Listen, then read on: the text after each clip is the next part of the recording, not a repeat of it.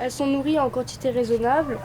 Elles sont rentrées la nuit à cause des éventuels prédateurs comme les renards, les fouines ou les chats errants. Quelques petites infos primordiales portant sur la volaille. Il faut dire que sur ce site, on en élève pas moins de 6000. Nous sommes à la ferme pédagogique de Bracmont, sur le campus agricole et forestier de Mirecourt, où décidément il se passe toujours quelque chose.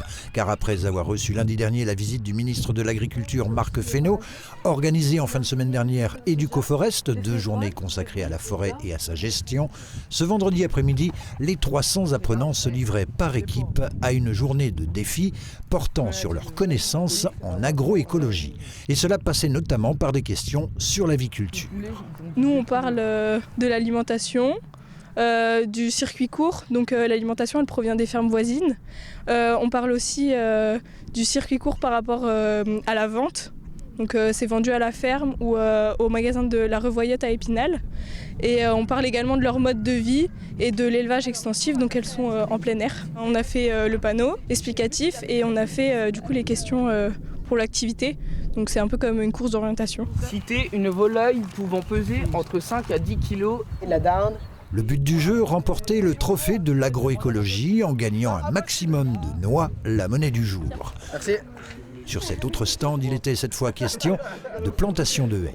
On va te poser des questions sur les arbres, s'ils peuvent être dans une haie, quel type d'arbre on peut avoir, des questions un peu diverses sur l'agroforesterie. À quoi sert une haie ? Une haie peut servir à, par exemple, retenir les écoulements d'eau dans un parc. Elle peut servir à aider la biodiversité, à accueillir des oiseaux.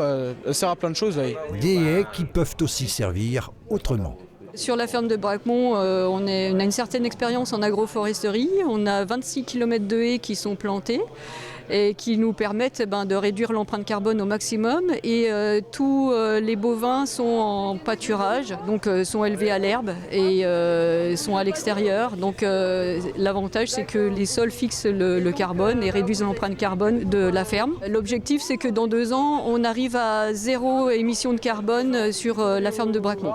Des stands animés par les apprenants eux-mêmes, leurs professeurs ou encore des partenaires comme ici l'INRAE, l'Institut national de recherche pour l'agriculture, l'alimentation et l'environnement. L'agroécologie Tour, un challenge qui se déroule tous les 2 ans. L'édition 2025 sera consacrée quant à elle à l'agroforesterie.